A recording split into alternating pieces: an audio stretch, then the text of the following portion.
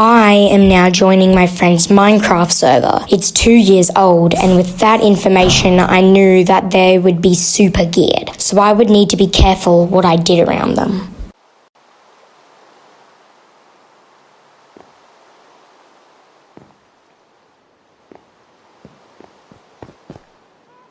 I already had some vital information just from the few seconds I joined. As I was loading in, I could see a fully diamond armored horse.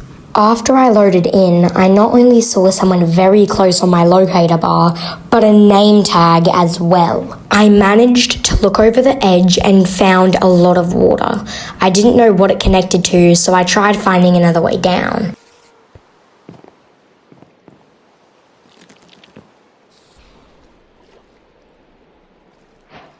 The only other side I saw was going to make me take fall damage. Okay, so this is around a 15 block fall, and based on how Minecraft fall damage works, I would probably lose 6 hearts out of 10.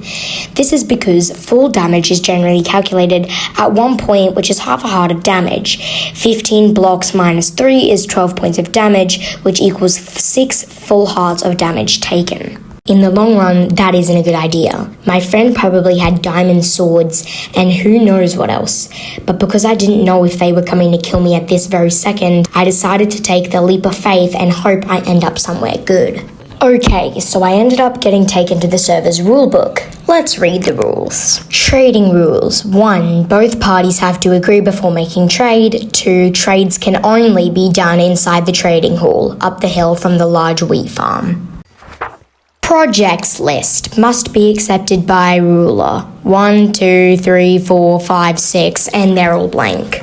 It was safe to say no one was following these rules, but I had a bigger problem to worry about. The players from before had seen me, and now I was going to follow them, hoping for an escape opportunity to show up.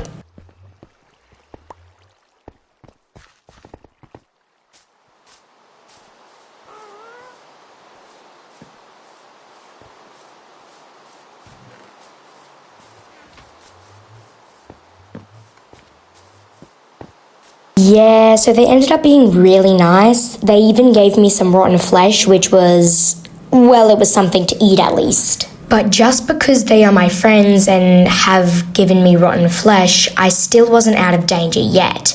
You see, my friend Bouncing Ball had pulled out his diamond sword on accident, proving that they were powerful enough to easily kill me.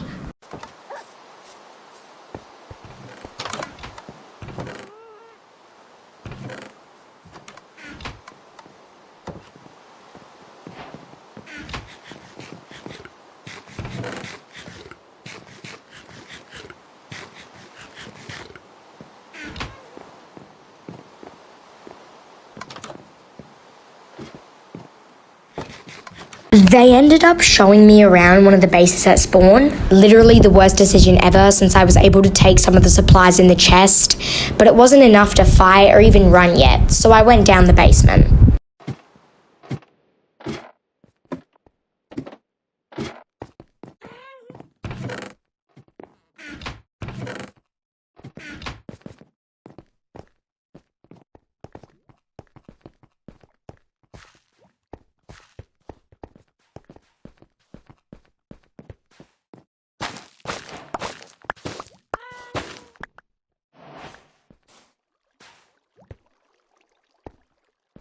Bro, when I tell you that they brought me victory on a silver platter, they did, because why are you showing an enchantment table? They also showed me a viable escape method, the Happy Ghast.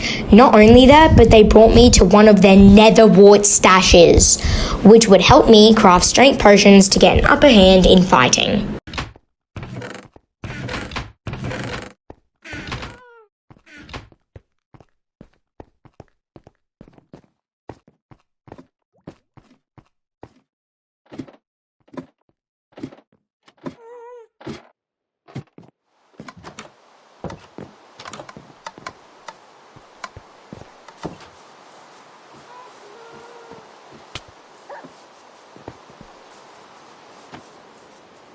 The basement also held a spare storage room which held 6 baked potatoes. At least it's better than rotten flesh.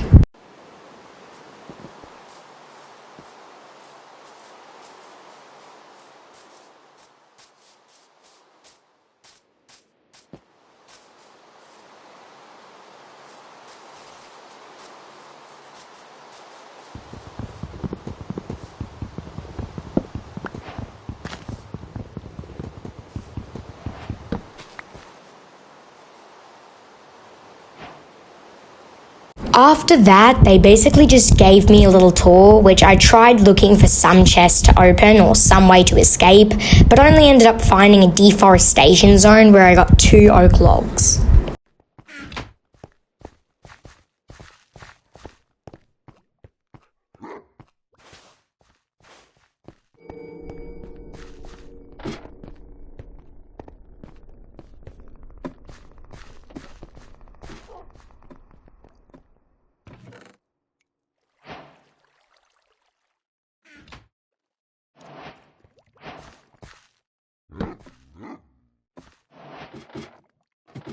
I'm so sorry I forgot to film, but basically I entered Bouncing Bull's base and got a lot of other materials. Then he took me to his basement where I found some more nether wart and whatnot.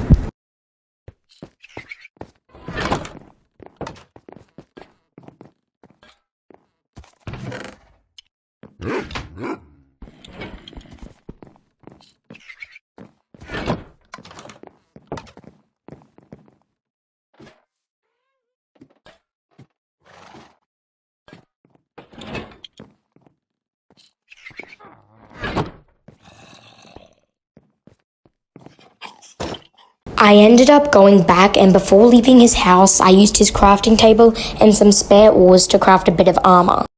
Now, I was confident I could survive on my own, but I was still looking for an escape. Luckily, they decided to show me the Nether.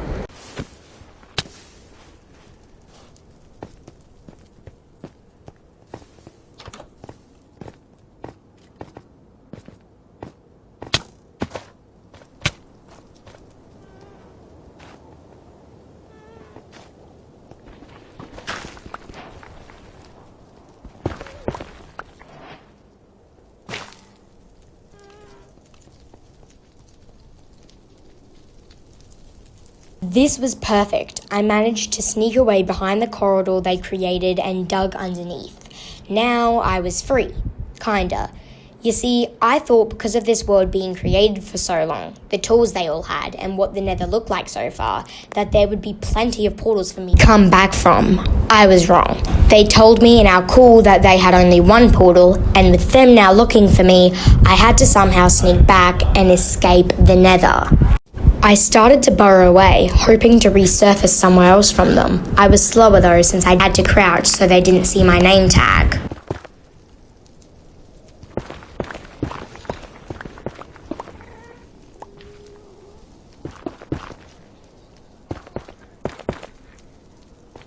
And it wasn't long before I found an opening.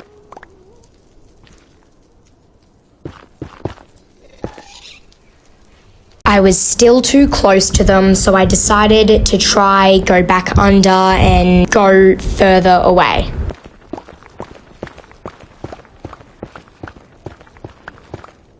I kept on covering my tracks to make sure that if they ended up somehow digging towards me, they wouldn't find my tunnel and would hopefully go off track.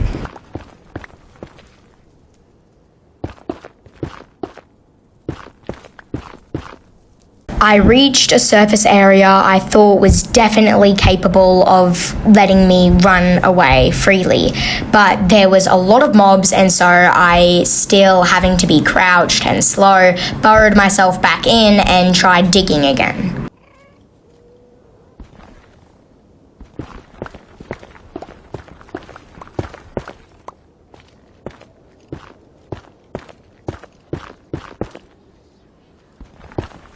I ended up going AFK, and, well, when I tried digging again, came to me and I began to feel life was wonderful and love was really real, and you made me very happy for the first time in my life. I guess not all stories end well.